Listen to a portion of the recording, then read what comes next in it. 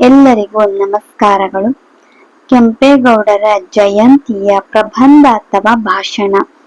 ನಾಡಪ್ರಭು ಎಂದೇ ಹೆಸರುವಾಸಿಯಾದ ಕೆಂಪೇಗೌಡರು ಕನ್ನಡ ನಾಡಿನ ಹೆಮ್ಮೆಯ ನಾಯಕರಲ್ಲಿ ಒಬ್ಬರು.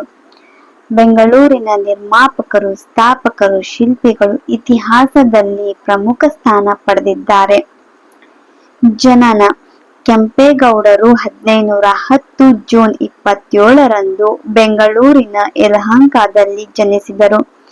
ತಂದೆ ಕೆಂಪ್ ನಂಜೇಗೌಡ ಅಥವಾ ನಾಚೇಗೌಡ, ತಾಯಿ ಲಿಂಗಮಾಂಬೆ. ಇವರ ಪೂರ್ಣ ಹೆಸರು ನಾಡಪ್ರಭು ಹೇಮೇಗೌಡ ಕೆಂಪೇಗೌಡ. ಬಾಲ್ಯ ಮತ್ತು ಶಿಕ್ಷಣ: ಬಾಲ್ಯದಲ್ಲಿ ಚುರುಕರಾಗಿದ್ದರು. ಐಗಂಡಪುರದ ಮಾಧವ ಭಟ್ಟರ ಗುರುಕುಲದಲ್ಲಿ ವಿದ್ಯಾಭ್ಯಾಸ ಮಾಡಿದರು.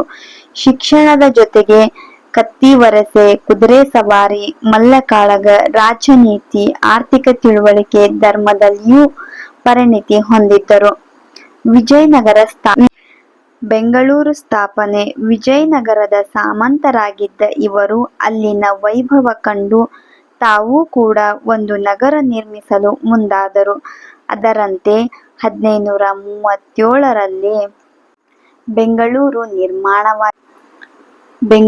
ನಿರ್ಮಾಣವಾಯಿತು. ರಸ್ತೆಗಳು, ಮಾರುಕಟ್ಟೆ, ಕೆರೆಗಳು, ಕೋಣೆಗಳು, ಗಡಿಯಾರಗಳನ್ನು ಹೊಂದಿರುವಂತೆ ಯೋಜಿಸಲಾಯಿತು.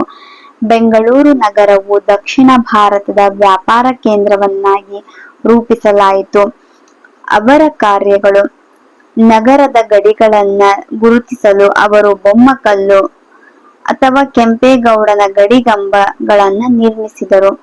ಕೃಷಿಗೆ ಸಹಾಯಕವಾಗಲು ಕೆರೆ, ಬಾವಿ, ಕಾಲುವೆಗಳನ್ನ ನಿರ್ಮಿಸಿ ಸದಾ ತುಂಬಿರುವ ಕನಸು ಕಾಣುತ್ತಿದ್ದರು. ಧರ್ಮಶಾಲೆ, ದೇವಸ್ಥಾನ ಮತ್ತು ಶೈಕ್ಷಣಿಕ ಕೇಂದ್ರಗಳನ್ನ ನಿರ್ಮಿಸಿದರು. ಅವರ ಕೊಡುಗೆಗಳು: ಬೆಂಗಳೂರು ನಗರಕ್ಕೆ ಒಂದು ಕ್ರಮಬದ್ಧವಾದ ತಾತ್ವಿಕ ರೂಪರೇಷೆ ನೀಡಿದರು. ಜನತೆಗೆ ನೀರು ಒದಗಿಸಿದರು. ವ್ಯಾಪಾರ ವಾಣಿಜ್ಯಕ್ಕೆ ಪೇಟೆಗಳನ್ನ ನಿರ್ಮಿಸಿದರು. ಕುಲ ಕಸುಬುಗಳಿಗೆ ಉತ್ತೇಜನ ನೀಡಿದರು. ಸಾಮಾಜಿಕ ಎಲ್ಲಾ ವರ್ಗಗಳ ಒಗ್ಗಟ್ಟಿಗೆ ಪ್ರಯತ್ನಿಸಿದರು. ನೆಲ, ಜಲ, ಧರ್ಮ, ನ್ಯಾಯಕ್ಕೆ ಶ್ರಮಿಸಿದರು. ಮರಣ: ಕೆಂಪೇಗೌಡರು ಮಾಗಡಿ ಸಮೀಪದ ಕೆಂಪಾಪುರ ಎಂಬಲ್ಲಿ ಭೀಕರ ಯುದ್ಧವೊಂದರಲ್ಲಿ 1569ರಂದು ಮರಣ ಹೊಂದಿದರು. ಸ್ಮರಣಾರ್ಥ: ಇಂತಹ ವ್ಯಕ್ತಿತ್ವ ಇರುವ ವ್ಯಕ್ತಿಯ, ನಾಯಕನ ಸೇವೆಗೆ ಪ್ರತಿ ವರ್ಷ ಜೂನ್ 27ರಂದು ಕೆಂಪೇಗೌಡರ ಜಯಂತಿಯನ್ನ ಆಚರಿಸಲಾಗುತ್ತದೆ. ಶಾಲಾ ಕಾಲೇಜುಗಳಲ್ಲಿ ಭಾಷಣ, ಚರ್ಚಾ ಸ್ಪರ್ಧೆ ಮುಂತಾದವುಗಳನ್ನ ಆಯೋಜಿಸಲಾಗುತ್ತದೆ. ಕೆಂಪೇಗೌಡ ಅಂತಾರಾಷ್ಟ್ರೀಯ ವಿಮಾನ ನಿಲ್ದಾಣ, ಕೆಂಪೇಗೌಡ ಟವರ್, ಬೆಂಗಳೂರು ನಗರದಲ್ಲಿ ಅವರ ಬೃಹತ್ ಪ್ರತಿಮೆ, ಕೆಂಪೇಗೌಡ ಪ್ರಶಸ್ತಿ ಪ್ರದಾನ. ಸರ್ಕಾರವೂ ಸಹ ಅವರ ಜಯಂತಿಯನ್ನ ವಿಜೃಂಭಣೆಯಿಂದ ಆಚರಿಸುತ್ತದೆ. ಈ ಒಂದು ಪ್ರಬಂಧ ಅಥವಾ ಭಾಷಣ ಇಷ್ಟವಾದಲ್ಲಿ ಪ್ಲೀಸ್ ಲೈಕ್ ಮಾಡಿ, ಶೇರ್ ಮಾಡಿ, ಸಬ್ಸ್ಕ್ರೈಬ್ ಮಾಡಿ. ಧನ್ಯವಾದಗಳು.